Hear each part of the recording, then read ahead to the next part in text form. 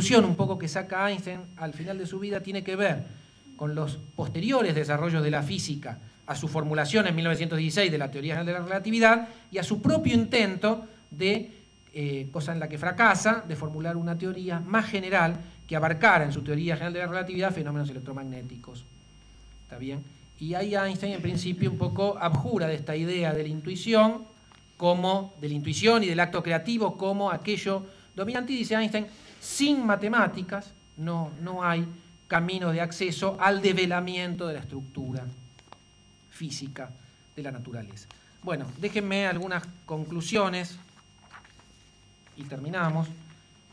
A modo de síntesis, entonces, menciono una lista no exhaustiva del uso de las matemáticas en física.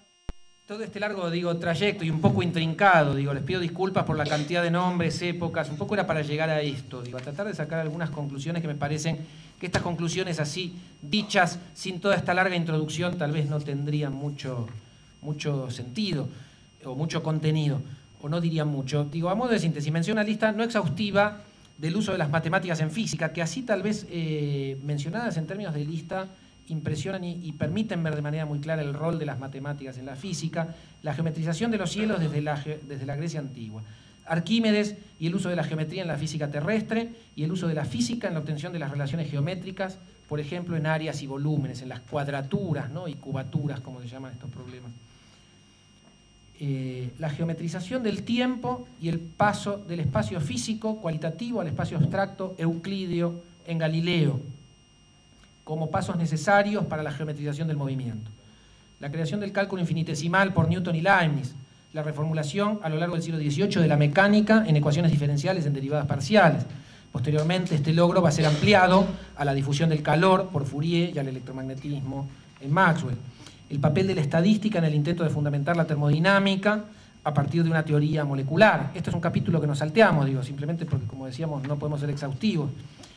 Einstein y la incorporación de geometrías no euclídeas. Este capítulo preferí saltearlo porque creo que ustedes lo conocen muy bien como matemáticos, los problemas, yo diría, epistemológicos, ¿no? que le planteó a la física la incorporación de las geometrías no euclídeas. Siguiendo con Einstein, el uso de la geometría diferencial y el cálculo tensorial en la geometrización del espacio y el tiempo, o del espacio-tiempo, en donde la atracción gravitatoria de la que Newton no pudo dar cuenta pasa a ser en Einstein una consecuencia de la geometría del espacio-tiempo, una característica geométrica de una entidad física que a partir de Einstein se va a llamar espacio-tiempo. Si continuáramos con esta historia, si hubiéramos seguido con esta historia, de los conceptos matemáticos en física, deberíamos seguir con la física cuántica, el uso de álgebras no conmutativas, operadores en espacio de Hilbert, teorías de grupos, hoy en las físicas de partículas elementales, etc. Bueno, a través de este recorrido se puede ver entonces que la historia de la física, desde la Grecia antigua, aunque de manera un poco así clave y avasallante, o protagónica y avasallante, desde el siglo XVII, es la historia de la asimilación de formalismos matemáticos para la explicación de diferentes fenómenos naturales. También puede verse cómo a lo largo de este trayecto más bien complejo persistió una tensión entre explicación física versus explicación matemática. Ahora bien, las razones de esta alianza entre física y matemática, como dijimos al comienzo, deben buscarse en realidad, y acá es donde quiero dar un paso hacia adelante, y a esto tal vez quería llegar, las razones de esta alianza entre física y matemática. ¿Por qué, no? La gran pregunta es ¿por qué esta alianza entre física y matemática a partir del siglo XVII? En principio, habría que buscarlo en los valores epistémicos que empezaron a dominar a comienzos del siglo XVII. Con el nacimiento de la ciencia moderna, Bacon decía que la ciencia debe aumentar el dominio del hombre sobre la naturaleza. Este valor o exigencia de raíz cultural, la búsqueda del dominio, ¿no? Está vinculado al establecimiento de un orden, de una disciplina. Solamente lo ordenado, lo disciplinado es predecible. Entonces se trata de disciplinar a la naturaleza, de ordenarla, si es que es ordenable. El caos en principio es aleatorio, el caos no es predecible. A su vez, la precisión es solidaria del grado de predicción, es decir, la precisión como otro valor epistémico. La simplicidad es más predecible que la complejidad, incluso a veces la complejidad directamente no es predecible. El método analítico que promueve Descartes, de descomponer un sistema complejo en sus partes más simples para poder entenderlo, está en la base de lo que nosotros hoy llamamos matematización.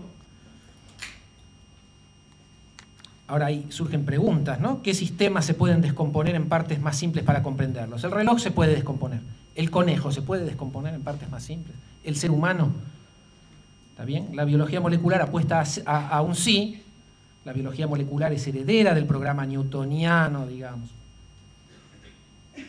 Lo que va por la vertiente de la ecología o de otras ramas más holísticas, por ejemplo de la biología, en principio no estarían de acuerdo en la posibilidad de matematizar al ser vivo, para decirlo en estos términos un poco crudos. Entonces decíamos, bueno, el reloj sí es un sistema, ¿no?, desarmable. Como otro, el ser vivo está en cuestión, y esto de nuevo volvemos al problema de la apuesta metafísica, la búsqueda de la generalidad como otro valor epistémico, a través de la abstracción, es decir, la generalidad solo es posible a través de la abstracción. Las ecuaciones de Newton de la gravedad son aplicables a todo el sistema solar porque lo único que le pido a cada uno de los planetas es su masa y su distancia al Sol. Si me pongo un poco más riguroso, su distancia al resto de los planetas. Nada más. Es decir, esto es lo que permite generalizar, abstraer la complejidad, composición química, tamaño, forma, campos magnéticos, eléctricos en los planetas, incluso la vida que habita los planetas, si es que la hay en algún otro, pero bueno, por lo menos en la Tierra sí. Esto es lo que permite una formulación general, ¿no?, como es la teoría de la gravedad de Newton o cualquier teoría exitosa de la física a partir del siglo XVII. Entonces digo, la generalidad como otro valor epistémico asociado a la abstracción. En este sentido, la relación entre física y matemática puede entenderse como una consecuencia de las exigencias que se le impusieron al conocimiento de la naturaleza con el nacimiento de la ciencia moderna. El conocimiento debe ampliar el dominio del hombre sobre la naturaleza, la simplicidad, la abstracción, la generalidad, la precisión, la claridad estuvieron y están al servicio de esta empresa. La tecnología puede entenderse como el resultado de estas exigencias, ¿no? Es decir, un sistema, lo que llamamos tecnología, es decir, un cohete, un misil, una nave, una vacuna, se comportan de manera predecible. Se comportan de manera predecible porque en principio fueron matematizables, simples, etcétera, etcétera. No sé si una vacuna es un ejemplo, pero detrás de la vacuna funcionan mecanismos físico-químicos. Bueno, y termino. Ahora bien, la pregunta del $1.000.000, digo que está pendiente en este programa que habíamos llamado Apuesta Metafísica, que comienza con Galileo, Apuesta Metafísica, es decir, a la matematización, es si la naturaleza efectivamente es simple, es generalizable, es matematizable, es disciplinada o susceptible de ser disciplinada, y por lo tanto susceptible de precisión y de predictibilidad, o meramente la física recortó los aspectos de la naturaleza que se sometieron a estos valores. Es decir, que la física se podría pensar que solamente ve y vio desde el siglo XVII lo que sus teorías le dicen que hay, y por lo tanto lo que será incapaz de ver o lo que no es objetivo a este orden matemático no lo ve. Son preguntas. Bueno, yendo un poco más lejos, son estos valores los que en principio, como pregunta lo digo, son estos valores los que deben conformar un criterio universal de cientificidad. Un científico social tiene que pedir estos valores a su disciplina. Obviamente la respuesta, por lo menos para muchos, un antropólogo que me viene a la cabeza es Clifford Geertz, va a decir no. Las ciencias sociales buscan lo específico, lo particular, lo no generalizable. Toda afirmación que comienza, todo sistema social es es absurdo.